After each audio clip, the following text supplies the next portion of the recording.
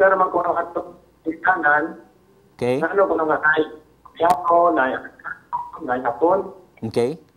Okay. So, ang imong pangutana nga, usara man ang kaginikanan, nganong naamay Hapon, naamay Amerikano, naamay Negro. Okay. Igsoon, ang balaang kasulatan, wala magpadayag nga na.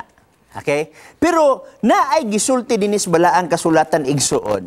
Nga diin, usara ang atong kaginikanan, no?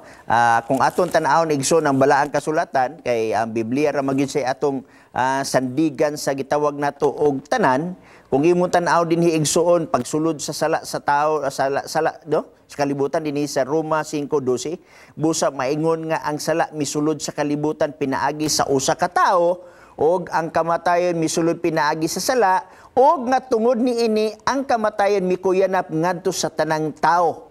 Okay? So imo makita nga ang sala misulod sa usa ka tawo kabalo kita ana mao si Adan. Ug ang sala milukob sa tibuok nga kalibutan pinaagi ra gyapon sa gitawag kaliwatan ni Adan. So meaning to say mahapon man ka, maamerikano man ka o unsa man imong rasa, usara ang atong ginikanan nga mao si Adan. Lugar sa mga Hapon, mo ni lugar sa mga Ruso, mo ni lugar sa mga gitawag natog mga itom, naa na sa balaang kasulatan nga naa na siya gitawag natog boundary, no? For example, dinhi sa Genesis Kapitulo 10, no? Atong tan-awon ang Genesis Kapitulo 10. Pero wala lang tayo mabasa sa balaang kasulatan igsoon nga nganong nay ngana nay itom nay puti. Ang science na maka-explain niya na.